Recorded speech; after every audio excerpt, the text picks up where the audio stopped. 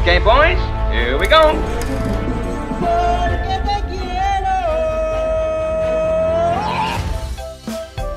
Halo Celengers, bagi kalian yang setia dan nonton channel ini, aku doain lebih setia nonton channel ini lagi, agar kalian selalu terhibur, ya enggak? Oke, di video kali ini aku akan menceritakan alur film yang berjudul Love on the Cloud. Film ini dirilis pada tanggal 21 Desember 2014 di Cina. Oke, daripada kalian penasaran, langsung aja kita melebur ke alurnya. Di awal film terdapat tiga pria yang bernama Xiao Gua, Sagu, dan Madai. Mereka datang untuk bertemu dengan investor film yang bernama Kakak Ma untuk membicarakan naskah yang disetujui Kakak Ma. Mereka saling berdiskusi mengenai total investasi dan keuntungan film yang akan dibuat dengan menggunakan naskah yang Sogu buat. Karena Sogu ini orangnya ceplos-ceplos, Xiao pun meralat omongan Sogu dengan cara menginjak kakinya. Sedangkan Sogu pun membalas Xiao dengan menginjak kakinya ketika hendak ke toilet. Saat berada di kamar mandi, nampak Sogu menggoda seorang sutradara yang bernama Mr. Wu. Tapi saat hendak menunggunya di kamar mandi, datanglah Xiao karena Kakak Ma sudah menunggunya. Ternyata yang sedang digoda Sogu bukanlah seorang sutradara, melainkan satpam di sebuah hotel di tempat mereka mengagendakan untuk bertemu Kakak Ma. Saat kembali mengobrol dengan Kakak Ma, ia pun menyiapkan uang 8 juta yen dalam kartu ATM-nya. Dan di sini dia juga mempunyai permintaan kepada mereka agar menaruh iklan peternakan sapi milik Kakak Ma, agar dimasukkan ke dalam naskah buatan Sagu. Sagu pun menyanggupi permintaannya, dan ia pun berjanji untuk membuat naskah tersebut dalam waktu 2 minggu. Saat Kakak Ma mensetujui kontrak tersebut, mereka pun diberi uang muka 8.000 yuan yang kalau dirupiahkan setara 18 juta rupiah. Mereka pun terkejut melihat uang tersebut. Secara mereka bertiga hidupnya miskin. Saat menuju Beijing, Sagu, Madai, dan Xiao datang menggunakan gerobak yang mereka bawa dari desa. Pantas saja tadi Kakak Ma mengeluhkan mereka karena telah datang terlambat dalam pertemuan tersebut. Dengan uang tersebut, mereka pun menyewa sebuah tempat tinggal di dekat Beijing. Melihat uang 18 juta rupiah, mereka pun malah kalap dan pergi untuk mabuk-mabukan di sebuah klub. Dan pada akhirnya, Sagu mendapatkan pesan ajakan mantap-mantap seseorang dari pesan WeChat. Karena foto wanita itu cantik, ia pun pergi bertemu dengan wanita tersebut. Tapi saat ia datang, wanita tersebut tidak sesuai dengan yang ada di foto. Kaget melihat wajah wanita itu yang mirip nenek-nenek, ia pun kabur dan meninggalkan wanita tersebut sendirian. Sesampai di kontrakan Xiao, Sagu dan Madai berdoa agar mereka diberi kesuksesan, karena mereka harus mengerjakan naskah tepat waktu. Di sini, Sagu harus bekerja ekstra keras, karena deadline naskah hanya 2 minggu. Xiao dan Madai pun terus menyemangati Sagu, mulai dari menyikat gigi, menyuapi makan, hingga pada akhirnya ia selesai memasukkan iklan sapi yang diminta oleh Kakak Ma. Saat lelah mengerjakan naskah, tiba-tiba saja ada seorang cewek cantik menghubunginya via WeChat. Wanita itu bekerja sebagai SPG mobil dan pekerjaan lainnya. Mereka pun ngobrol panjang lebar, hingga pada akhirnya wanita itu mengajaknya ke apartemennya. Karena seperti diajak mantap-mantap, Sagu pun langsung mandi dan berdandan sekeren mungkin, dan tak lupa ia membawa alat tempurnya. Saat di depan pintu cewek itu, ia pun kepikiran apakah cewek yang ia temui sama seperti yang ia temui sebelumnya. Saat pintu dibuka, ternyata cewek tersebut sesuai yang ada di foto WeChat-nya. Nama cewek itu adalah Jensi. Mereka pun saling berkenalan, dan Sagu pun memperkenalkan dirinya sebagai penulis naskah. Saat asik ngobrol, Sagu salah mengartikan obrolan dari Jensi. Ia pun minum sampai mabuk, hingga saat Jensi keluar untuk mengambil sesuatu, ia mulai berfantasi yang tidak-tidak. Bahkan ia sudah mengeluarkan sebuah alat tempur yang berupa sebuah kondom. Ia lalu memejamkan matanya saat Jensi sedang membawakan sesuatu. Ia mulai merasakan sentuhan yang ternyata adalah seekor anjing milik Jensi. Ternyata di sini Jensi ingin agar Sogu merawat anjingnya selama 2 hari, karena dia ada pekerjaan di Shanghai. Saat Sagu ingin menolak permintaannya, Jensi malah memberikan semua kebutuhan anjingnya kepada Sagu, dan mau tidak mau Sagu harus menerima permintaan darinya. Saat hendak meninggalkan kamar, Jensi menemukan kondom milik Sagu. Tapi karena sudah terlanjur malu, ia pun tidak mau mengakui bahwa kondom tersebut adalah miliknya. Ia lalu marah-marah sambil membawa anjing milik Chenxi ke apartemennya. Saat tidur, Chenxi menanyakan anjingnya yang bernama Mocho. Ia pun menjawab voice note Chenxi dengan setengah sadar. Tak disangka, Mocho telah menggigit rusak sepatunya dan ia pun berniat melemparkan sepatu yang rusak itu ke arah Mocho. Tapi tiba-tiba saja Xiao datang memarahi Sagu karena bukannya mengerjakan naskah malah bermain dengan anjing. Xiao pun berangan-angan jika mereka mendapatkan uang 90 juta yuan, ia akan menghadiahi Sagu 900 ribu yuan karena ia tidak meragukan lagi kemampuan Sagu. Bahkan naskah buatannya bisa saja memenangkan piala Oscar. Waktu pun berlalu, tiba-tiba saja Chenxi datang untuk bertemu dengan anjingnya dan Sagu. Karena Xiao yang menerima tamu tersebut, ia belum sadar kalau cewek cantik tersebut adalah pemilik anjing yang sedang dimandikan oleh Sagu. Ia pun berkata kepada Chenxi bahwa Sagu sedang memandikan anjing berkudis di kamar mandi. Ia pun sedikit kaget karena anjing tersebut adalah milik Chenxi. Saat melihat anjingnya, ia merasa kaget dan terharu karena Sagu merawat anjingnya dengan penuh kasih sayang layaknya miliknya sendiri. Chenxi pun berterima kasih karena Mocho dirawat dengan penuh kasih sayang. Ia memberikan sebuah minuman energi dengan logo sapi, seolah memiliki ikatan batin karena Sagu juga mengerjakan naskah bertemakan sapi. Ia pun hendak mencium Chenxi, tapi di sini Chenxi malah memberikan sebuah asap rokok padanya dan membuat Sagu batuk-batuk. Karena Chenxi telah datang dan membuat syaraf Sagu menjadi tokcer dalam membuat naskah, Xiao pun mentraktir Chenxi sate di warung pinggir jalan. Di sini Sagu menceritakan sebuah naskah yang ia karang. Sang penjual sate yang mendengar cerita itu memberikan diskon 20% karena terharu mendengarnya. Setelah itu, Sagu pun kembali mendapat inspirasi dalam membuat naskah. Saat asik mengerjakan naskah, tiba-tiba saja Chenxi mengajaknya ke karaoke via WeChat.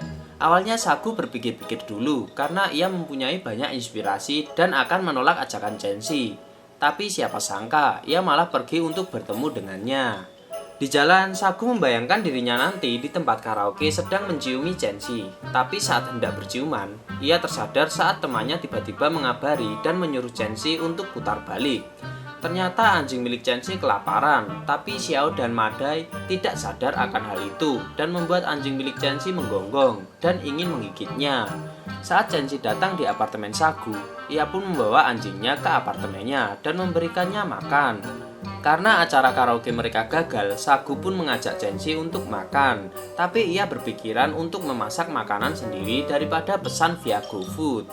Sagu pun balik ke apartemennya dan mengambil bahan makanan dua temannya. Tapi karena Sagu ingin memasakkan makanan yang enak untuk Chenxi, ia pun tidak peduli kepada kedua temannya dan menyuruh mereka untuk memasak mie instan. Sagu pun akhirnya memasak sebuah pangsit dan meminum anggur layaknya sedang makan malam di restoran mewah.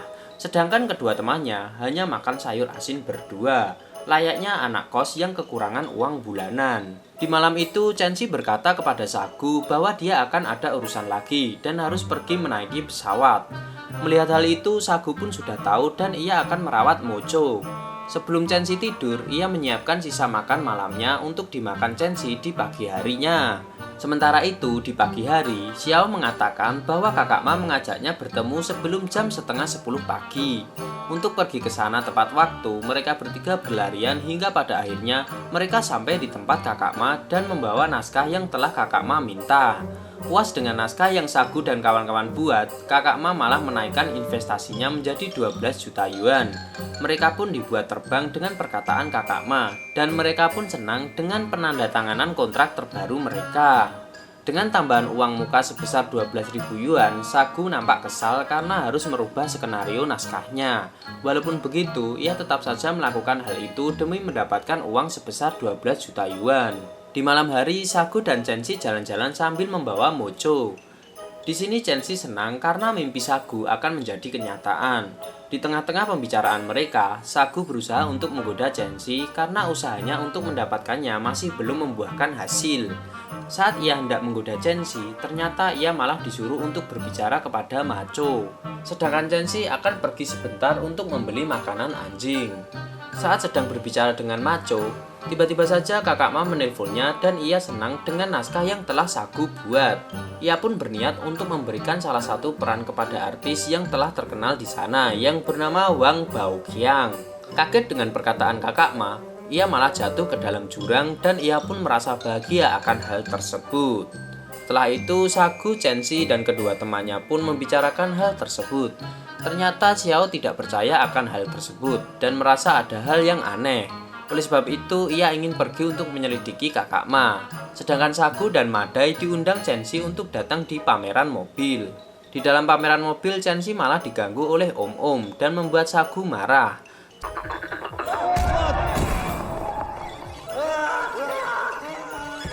Setelah hal tadi, tiba-tiba saja Chenxi menyuruh Sagu untuk membuatkan cerita romantis untuk teman baiknya.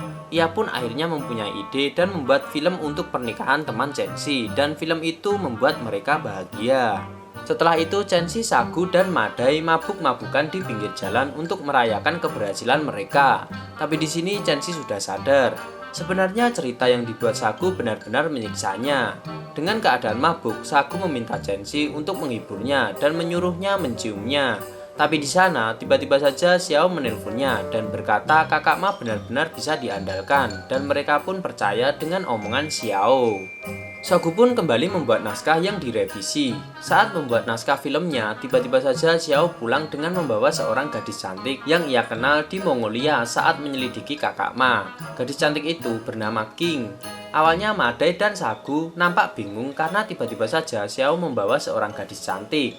Saat Sagu menanyakan gadis tersebut, Madai dan King saling ngobrol hingga pada akhirnya secara tidak sengaja King menjatuhkan lensa kamera milik Madai hingga retak. Sementara itu, Sagu merasa kesal karena Xiao membawa gadis polos ke Beijing yang kehidupan di kota ini sangat keras. Sebenarnya Xiao tidak tega membawa gadis tersebut, tapi karena cewek itu ingin sekali menjadi artis, Xiao pun akhirnya membawanya. Saat Xiao kembali bertemu King di ruang tamu, terlihat ia dan Madai tidak saling ngobrol. Ternyata King menangis karena telah merusak lensa milik Madai. Sementara itu Madai terlihat emosi karena lensa kameranya dirusak. Apalagi ia tidak mengaku kepada Xiao bahwa baru saja ia telah merusak lensa miliknya. Setelah itu Xiao mengajak mereka jalan-jalan. Tak disangka Chenxi diajak bersama-sama dengan mereka. Mereka berkeliling kota Beijing dan secara tidak sengaja ia bertemu dengan artis Wang Baoqiang yang akan masuk di naskah film yang baru Sagu buat. Termotivasi bertemu dengan artis yang akan memainkan filmnya, Sagu pun makin semangat. Sementara itu Madai dan Xiao menyemangatinya dari belakang. Setelah selesai membuat sebagian naskahnya, mereka pun kembali berpesta bersama. Di sini King dan Xiao nampak mesra. Sementara itu Sagu yang ingin bermesraan dengan Chenxi pun tidak jadi karena Chenxi menolaknya.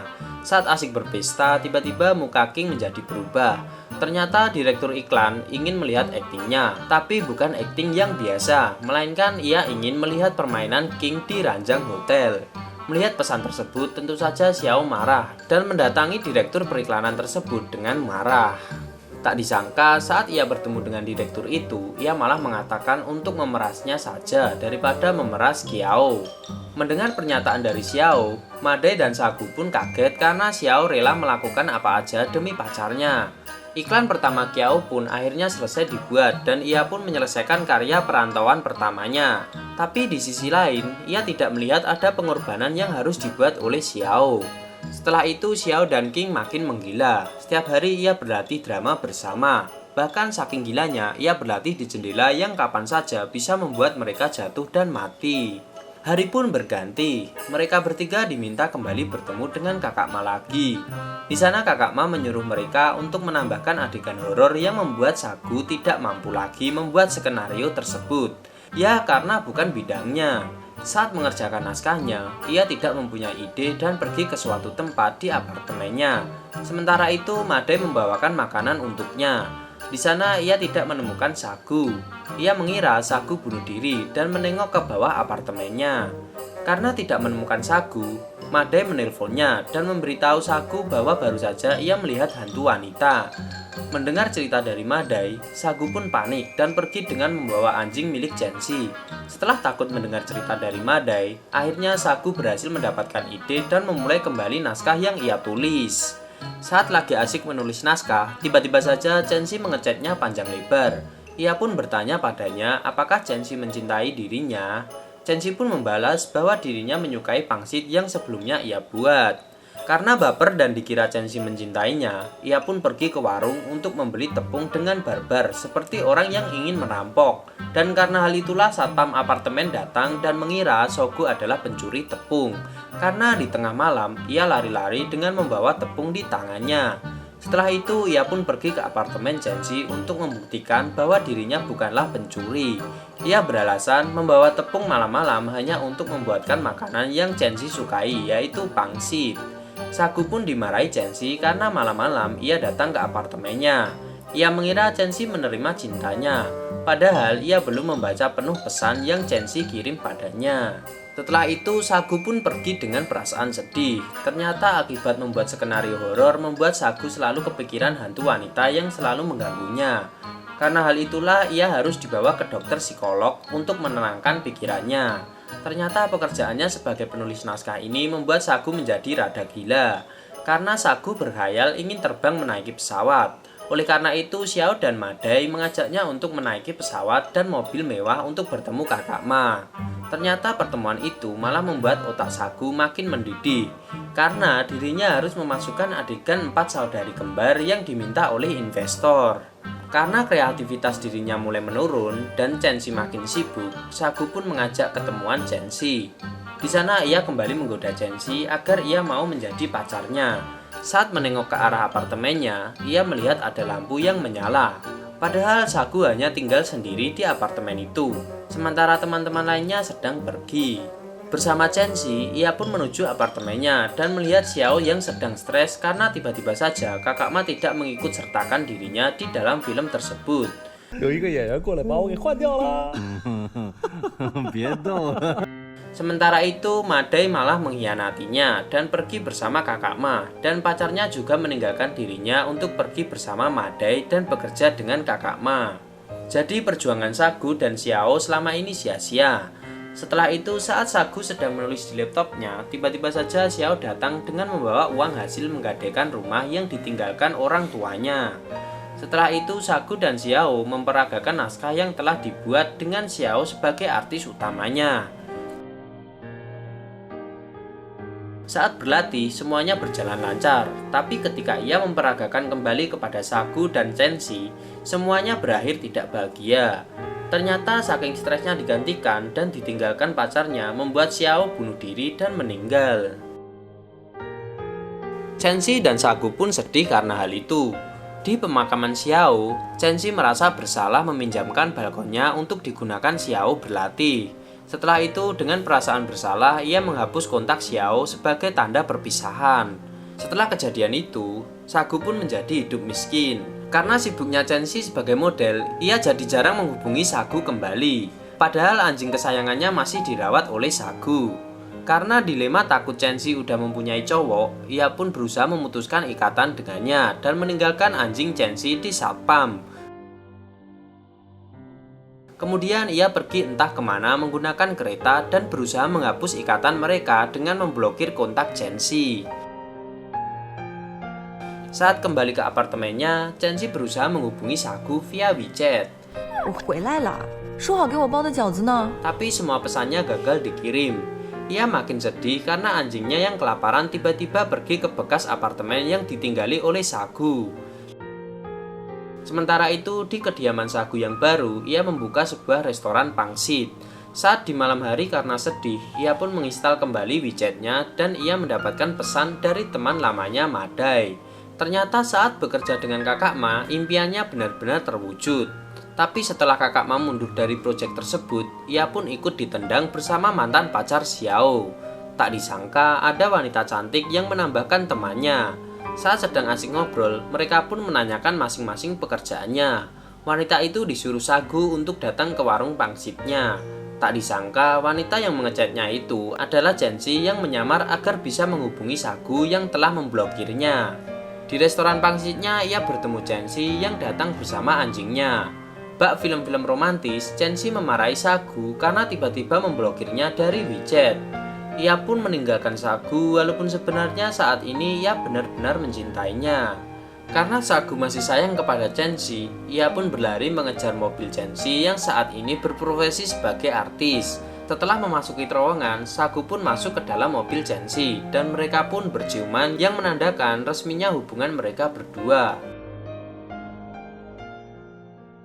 Mereka berdua pun akhirnya kembali ke Beijing dan Sagu pun berjanji akan menulis skenario lagi. Tapi kali ini ia ditemani Jensi yang sudah resmi menjadi pacarnya. Ngajak cewek malam Jumat dan film pun tamat.